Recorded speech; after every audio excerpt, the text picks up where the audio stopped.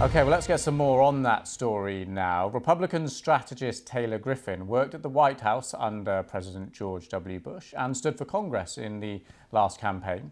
He is now editor of the political website roughlyexplained.com, and he joins us from New Bern, North Carolina. Thanks very much for being with us. Donald Trump claiming a significant victory here, which clearly it is.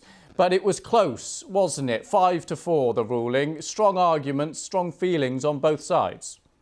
That's right. It was a 5-4 decision, but it wasn't a particularly surprising one. The Supreme Court, actually by a larger majority in December, overturned a stay on putting the travel ban into effect that had been imposed by a lower court.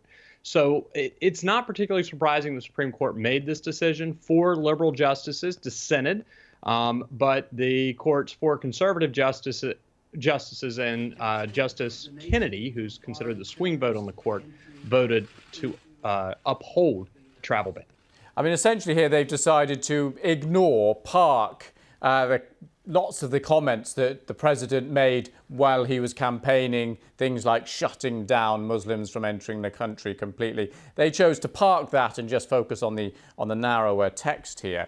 But as you well know, optics and the way things look are clearly important here. What's your take on having a president who's said such things about Muslims in general getting a travel ban that he wanted? Well, I think you see that the court acknowledged those statements and ruled, notwithstanding those statements, that the president was within his national security authority. The courts and the Congress give the president broad latitude based on his national security determinations to restrict immigration. Now, regardless of what he might have said previously, the text of the executive order on its face was based on national security. And remember, this is the 3rd version of this executive order. It took them 3 times to get it right. Well, you say national security there. Do you think this will make America safer? Well, I think that that's the Trump administration's argument. The court doesn't make judgments on those kind of things. That's what's important here. The president has intelligence agencies and all sorts of information, plus he is the elected commander-in-chief.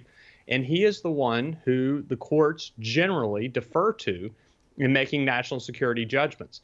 To not have done so would have put the court in a position of second-guessing a president on national security. And the concern here, and I think a lot of the justices opposed President Trump's travel ban, but the concern is that if they ruled in this case that the court's national security judgment was superior to the president's, that would have broad-ranging effects and implications for future presidents that could be quite dangerous. Indeed. Well, we'll keep an eye on the implications of the critics and we'll see where we go from there. Taylor Griffin, thanks so much for your expertise.